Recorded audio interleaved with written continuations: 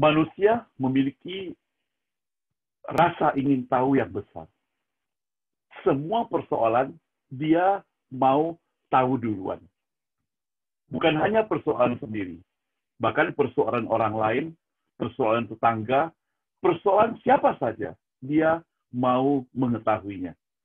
Itu sebabnya sering disebut sebagai gosip.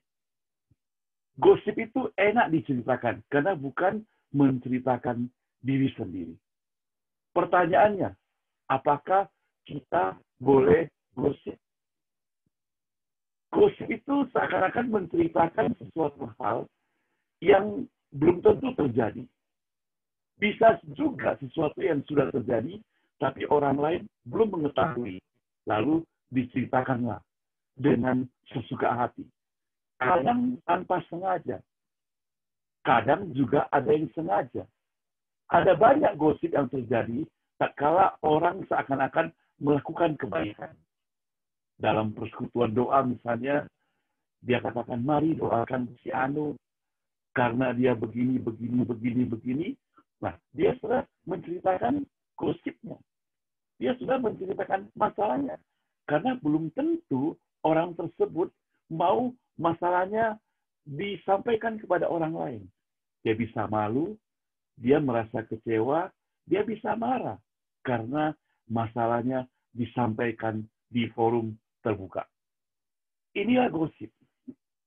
Di mana-mana orang suka pada gosip. Dan ingat, koran yang paling laris di dunia ini adalah koran gosip. Berita yang laris juga merupakan berita gosip.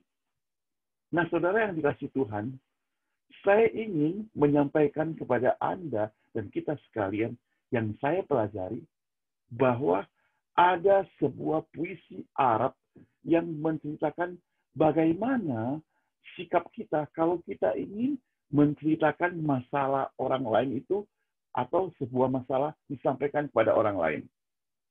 Harus melalui 3 saringan. Harus melalui 3 pintu. Kalau kita benar-benar tergoda untuk menceritakan kembali tentang seseorang, tentang masalah seseorang, tentang problem seseorang, ataupun tentang hal-hal lain yang kita ketahui, maka ujilah terlebih dahulu apa yang hendak kita sampaikan dengan 3 pintu. Yang pertama, apakah itu benar?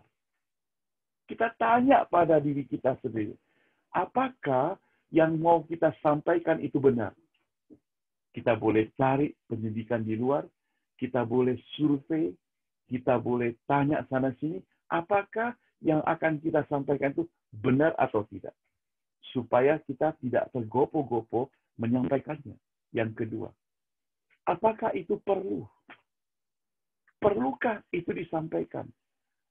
Pikirkan dan kita jawab sendiri dengan sejujur-jujurnya. Apakah memang sangat perlu disampaikan? Apakah sangat mendesak disampaikan? Apakah harus segera disampaikan? Kalau belum, maka kita masih bisa tunda. Kita masih bisa sabar. Dan yang ketiga, apakah itu baik? Apakah itu baik kalau saya sampaikan pada orang lain? Sehingga berita ini menjadi kebaikan juga bagi orang lain.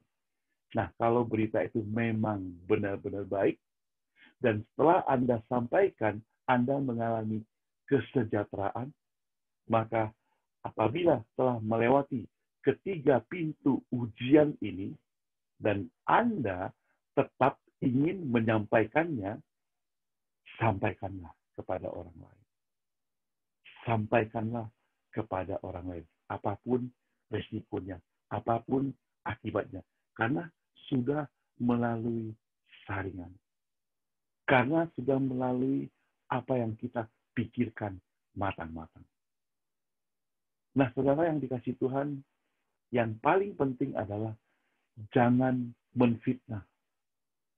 Menfitnah itu lebih kejam dari pembunuhan dikatakan.